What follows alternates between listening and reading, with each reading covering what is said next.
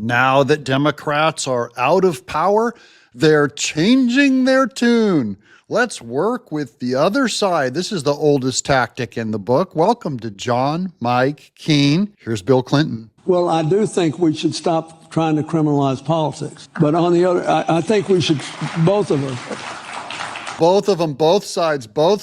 Who just tried to criminalize politics? Who tried to criminalize the opposition? The Democrats ran on this thing for the last 4 years, and Democrats only did this. And now they get voted out of power, and now they're going, both sides really need to stop criminalizing politics. They don't mean it. When they get back in power, they will go right back to criminalizing the political opposition. Don't buy this stuff. Here's John Fetterman on The View with the same thing. So, Senator, President Biden's decision to pardon his son Hunter is facing bipartisan backlash. Even the Democrats are all over it. But what do you think? Is this much ado about nothing? It is his son, after all. Hunter Biden being Joe Biden's son actually makes the pardon much worse. That is not what pardons are for. They are not made to personally benefit family members. That's absolutely ridiculous and an insult to the idea of a president offering pardons. They usually offered it to people who were mistried, to strangers. It's only recently in the Bill Clinton age with Rich, a criminal, who basically he was paid, Bill Clinton was paid to pardon him. That's when it started getting personal and for personal benefit. And people do have sympathy for that, but a lot of people are angry with him about it. What do you say?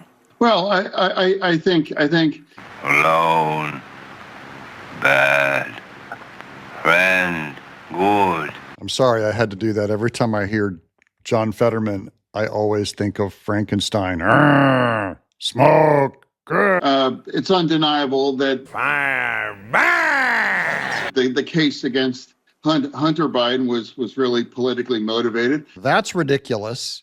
Hunter Biden was indeed guilty. He said so.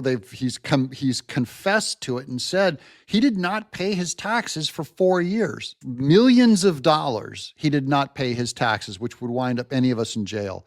Also, the gun charges where he's a felon, using drugs, not supposed to have access to a gun. There's photos of him holding a pistol. That's just some of his crimes. Obviously guilty. So it was not political. It was actually political that the Department of Justice tried slow walking his crimes so that they could get him beyond the statute of limitations of some of these things, and the government couldn't go after him. Fetterman, no, it is not obviously political that we went after Hunter Biden. But I also think it's true that the trial in New York for Trump, that was political as well too. Now, is that especially the one in New York with Stormy Daniels, and the other one they claimed that he misvalued his own companies and it was some kind of crime. Letitia James, Trump was innocent of that. The appeals court even said there were no charges. It was obviously political that they went after Trump. They get half of that equation right, but the both sides thing does not apply here. And in both cases, I think a